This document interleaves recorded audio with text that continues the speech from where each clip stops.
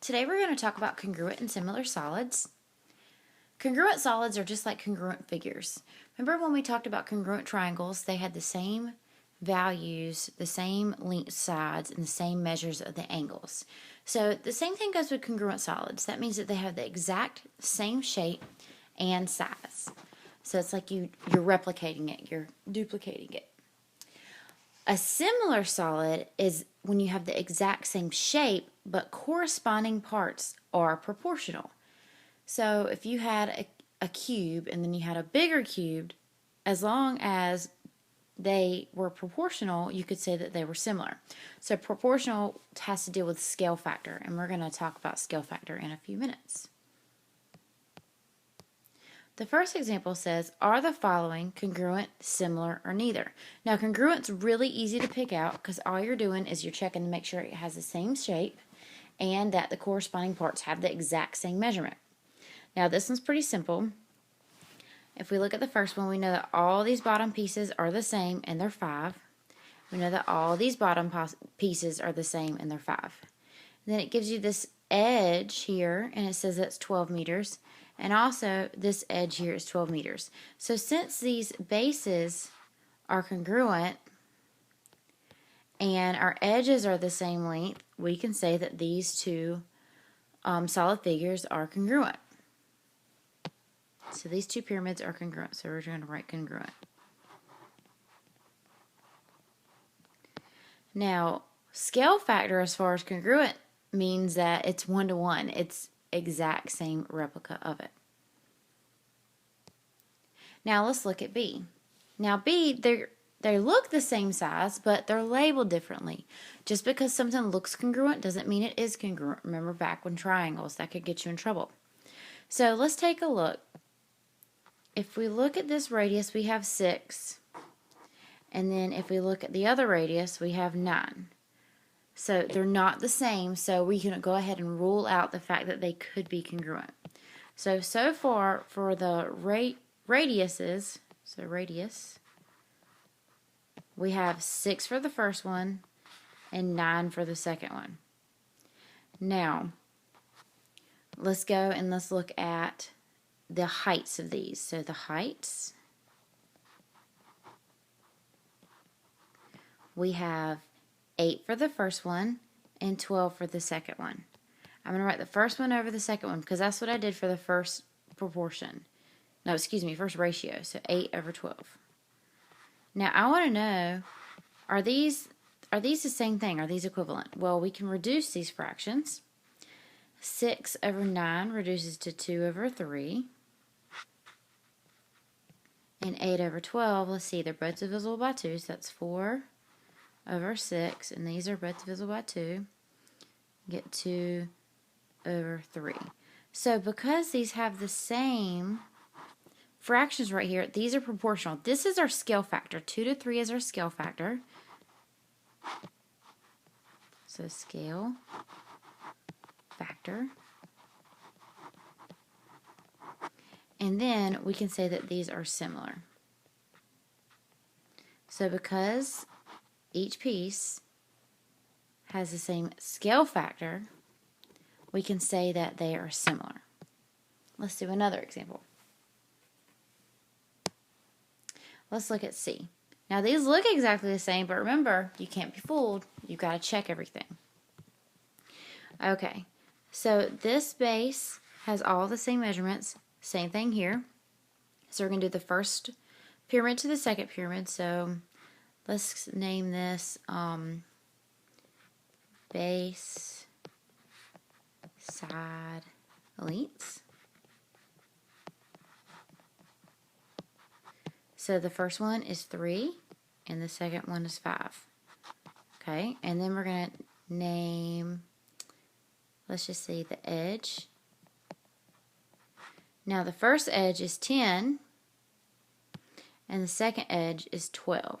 So we're going to have 10 over 12. And we want to know, are these right here, are they the same? We want to know. Well, 3 over 5 is completely reduced. So let's reduce this other fraction.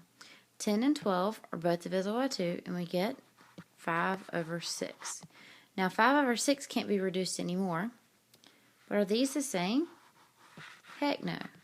So guess what? These are neither. So like I said, congruent figures are really easy to pick out.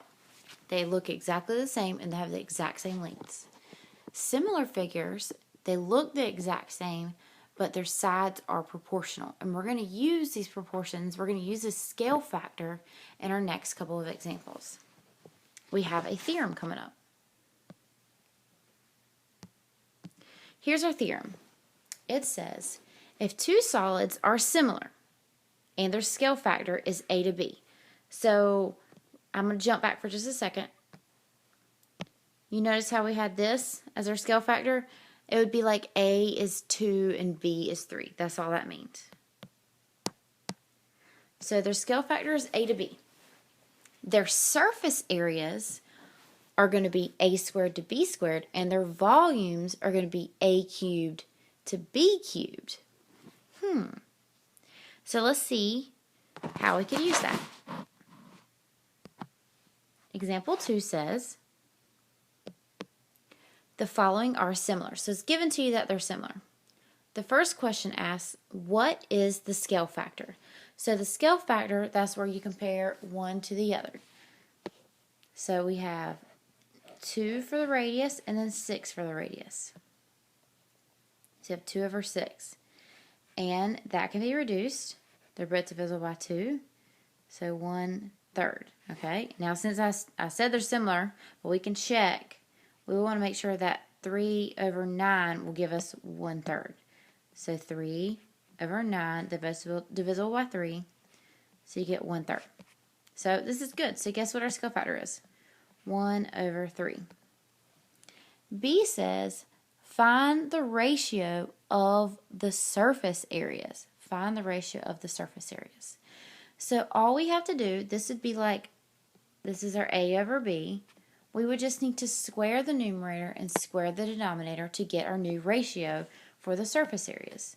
So we'd have 1 squared over 3 squared. Now 1 squared is just 1, and 3 squared is 9. So that would be our new ratio for the surface areas. C says find the ratio of the volumes. Now we're going to go back to our original scale factor for this. Remember the theorem said if we've got volumes, we're going to cube them. So we're going to take 1/3 and we're going to cube both of these things. Now 1 cube's easy. 1 cubed is just 1. 3 cubed is 27. So that would be our ratio here. Let's do one more example. So here's our last example. It says, 2 prisms are similar and have a scale factor of 3:2. The larger prism has a surface area of 165.2 inches squared and a volume of 528.7 inches squared. Find the volume and the surface area of the smaller prism. All right. Well, let's start at the beginning. Let's do surface area first. So for surface area. Now, that theorem says that we need to take 3:2 and square it. So 3/2, and we're going to square it. And we get 9/4. We're going to set up our proportion, and we're going to have to cross multiply to figure out what the surface area of our smaller prism is. So that's going to be part of our proportion. The other part is going to come from here. Well, the larger one is going to go on top because we have 9, and the smaller one's going to go on the bottom. So we're going to have 9/4, and the larger surface area is 165.2. And we're going to put it over x because we don't know what the surface area of the smaller one is. So let's cross multiply. So we're going to multiply 165.2 times 4. And we get 660.8. If we cross multiply the other side, we get 9x. Then we divide by 9, and we get 73.4. And the unit on that is inches squared. So that's the surface area. Similarly, we're going to do the same thing with the area, except for we're going to cube it. Not area, excuse me, volume. We're three-dimensional. Wow. So for the volume, we've got to take 3 over 2. We've got to cube it. So 3 cubed is 27. 2 cubed is 8. So we're going to use this as half of our proportion.